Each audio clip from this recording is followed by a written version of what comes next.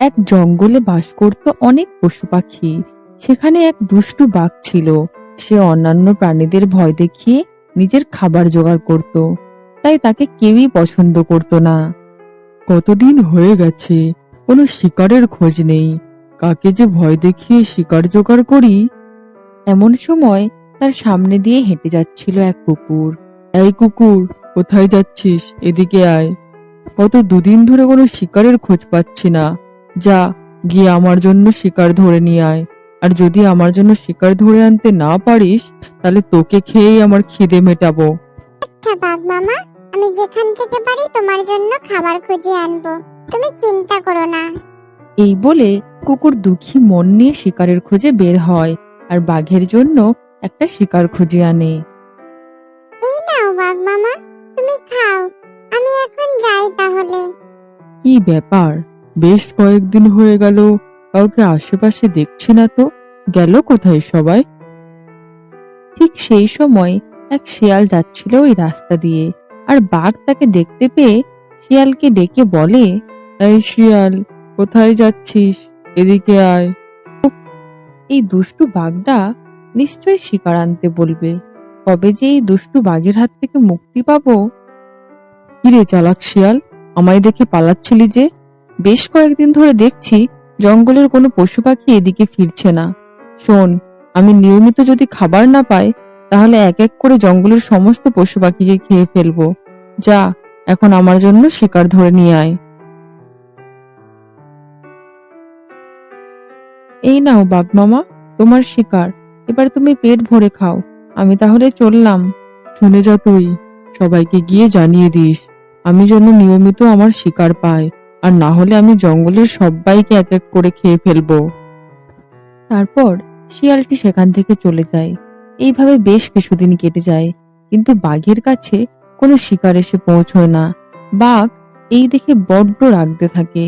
একদিন সে দেখে এক শিয়াল তার দিকে আসছে। কিরে চালাক শিয়াল, তোকে যে বলেছিলাম যে আমার জন্য যেন প্রতিনিয়ত একটা করে শিকার আসে। বেশ কয়েকদিন ধরে তো আমি কারোর পাত্তা পাচ্ছি না। তুই মনে হয় কাউকে বলিসনি। আয়, আজ তোকে খেয়েই আমার খিদে মেটাবো। না না বাঘ মামা, আমায় মেরো না। আমি তোমার জন্য একটা সুখবর এনেছি। সুখবর? কি সুখবর? বাঘ মামা, আমি তোমার জন্য দারুণ একটা শিকারের সন্ধান পেয়েছি, যা তুমি 1 সপ্তাহ ধরে খেতে পারবে, আর কাউকে তোমাকে ভয় দেখিয়ে শিকারের খোঁজ করতে হবে না। তাই বলছিস? যা, তাহলে এখনই নিয়ে আয় ওই শিকার আমার জন্য।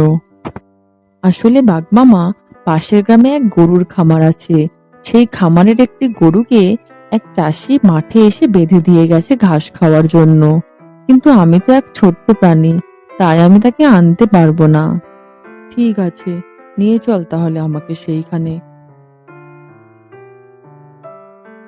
এই নাও বাঘ মামা, তোমার শিকার। তাহলে আমি চললাম। এই গরু, এবার আমি তোকে খাবো। সে কি বাঘ মামা, শেষমেশ আমায় পেলে? আজ বুঝি কোনো শিকার পাওনি? তা জেনে তোর কি হবে? আমি জানি না, আমি আজ তোকে খাবো।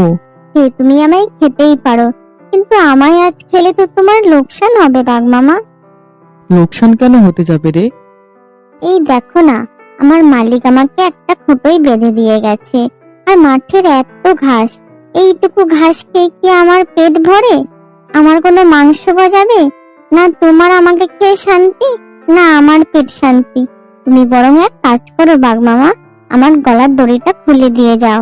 আমি বরং মাঠের ঘাস খেয়ে একটু মাংস গজিয়ে নি, তারপর না হয় তুমি এসে আমায় খেও।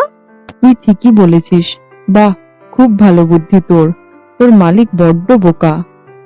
হ্যাঁ গো বাঘ মামা, আমি কত দুধ দেই, তারপরেও এত দুধ খেয়েও এদের কোনো বুদ্ধি হয় না। এই বলে বাঘ ওই গরুর দড়িটি কেটে দিয়ে তার গুহায় ফিরে যায়। আর বিকেলে ফিরে এসে দেখে গরু মাঠের অল্প কটি ঘাস খেয়ে ঘুরে বেড়াচ্ছে। গরু, তুই যে বললি মাঠের ঘাস খেয়ে মাংস গজাবি, তুই তাহলে এই অল্প কটা ঘাস খেয়েছিস কেন? হ্যাঁ বাঘ মামা, আজ আর বেশি খেতে পারিনি, বদ হজম হয়ে যাবে। আর বদ হজম হয়ে গেলে তো মাংস গজানোর বদলে উল্টে ঝরে যাবে। তাই তুমি এক কাজ করো, তুমি বরং কাল এই সময়ে এখানে এসো। আমার মালিক আমায় খুঁটোতে বেঁধে দিয়ে যাবে। ঠিক সেই সময় তুমি আমার খুঁটোটা কেটে দিয়ে যেও। আমি মাঠের সমস্ত ঘাস খেয়ে ভালো করে মাংস গজিয়ে নেব, তারপর না হয় তুমি আমায় খেও। ঠিক আছে, আজ তবে তোকে ছেড়ে দিচ্ছি, কিন্তু কাল কাল আমি তোকে খাবোই খাবো, মনে রাখিস। ঠিক আছে বাঘ মামা, খেও খেও। এই বলে বাঘ সেখান থেকে চলে যায়। তারপর পরের দিন আবার বাঘটি এসে গরুর ওই দড়িটি কেটে দিয়ে যায়, আর বিকেলে ফিরে এসে দেখে গরুটি মাঠের অর্ধেক ঘাসও শেষ করেনি। গরু, তুই দিন দিন আমার অনেক ধৈর্যের পরীক্ষা নিয়েছিস, আজ আমি তোকে খাবোই খাবো, তুই মাঠের অর্ধেক ঘাসও শেষ করিসনি। সে কি বাঘ মামা, দেখছো তো এত বড় মাঠ, আর এত বড় মাঠের ঘাস কি একদিনে খেয়ে শেষ করা যায়? তুমি বরং আর একটু ধৈর্য ধরো, আর আমাকে 2-3 দিন সময় দাও। আমি এই 2-3 দিনে মাঠের সব ঘাস খেয়ে শেষ করে ফেলবো। তখন দেখো আমার কেমন নাদুস নুদুস চেহারা হয়। তখন মন করে আরাম করে 4-5 দিন ধরে না হয় খেও। বাঘ আর লোভ সামলাতে না পেরে গরুর সমস্ত কথা মেনে নেয়, আর গরুও 2-3 দিনে মাঠের সমস্ত ঘাস খেয়ে ফেলে, শুধু মাঠের একটি বড় গাছের নিচে অল্পটুকু ঘাস ছাড়া। আয় গরু, ভালোই নাদুস নুদুস হয়েছিস, আজ তোকে খেয়ে মনের আশা মেটাবো। হ্যাঁ বাঘ মামা, খেও, আর একটু ধৈর্য ধরো। মাঠের সব কটা ঘাসই তো খেলাম, কিন্তু ওই বড় গাছটার নিচে অল্প কটা ঘাস রয়ে গেছে, ওটা আর কেন বাকি থাকবে? ওইটুকু খেয়ে নিতে দাও, তারপরেই না হয় তুমি আমায় খেও। এই বেটা গরু, আমায় বোকা পেয়েছিস নাকি? বেশ কয়েকদিন ধরে আমায় ঘুরিয়ে যাচ্ছিস, আর কোনো কথা শুনবো না, আজ আমি তোকে খেয়েই ফেলবো। হ্যাঁ বাঘ মামা, তোমায় কে আটকাচ্ছে? কিন্তু তুমি এতদিন ধৈর্য ধরলে, আর একটু সময় ধৈর্য ধরতে পারবে না? তারপর বাঘ যখন একটু জিরানোর জন্য বসলো, তখন গরুটি পুকুরের সামনে নেমে পড়ল, আর পুকুরে নেমে পুরো মাঝখানে চলে গেল। পুকুরটিতে জলের থেকে বেশি কাদা ছিল। ধন্যবাদ বাঘ মামা, এবার তুমি ওখানেই বসে থাকো। এই বেটা গরু, আমায় ফাঁকি দিয়ে তুই পুকুরে নেমে পড়লি, এতদিন আমায় ঘুরিয়ে ঘুরিয়ে মাঠের সমস্ত ঘাস খেয়ে ফেললি, আর যেই না আমি একটু জিরোতে বসলাম অমনি পুকুরে নেমে গেলি। কি ভেবেছিস আমি পুকুরে নামতে পারবো না? দেখ তবে।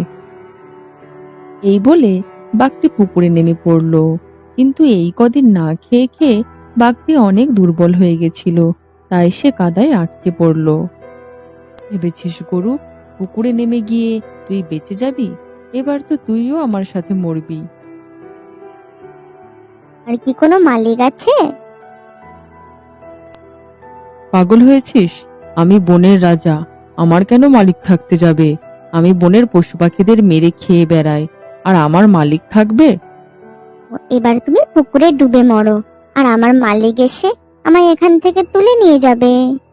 তারপর গরুটির মালিকটি এসে গরুটিকে সেখান থেকে তুলে নিয়ে যায়, আর বাঘটি সেখানেই আটকা পড়ে থাকে।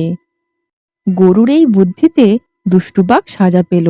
তো বন্ধুরা, তোমাদের এই ভিডিওটি কেমন লাগলো কমেন্ট করে জানিও, আর চ্যানেলটিকে সাবস্ক্রাইব করে রাখো, যাতে নতুন ভিডিও আসার সাথে সাথেই তোমাদের কাছে নোটিফিকেশন চলে যায়। ধন্যবাদ।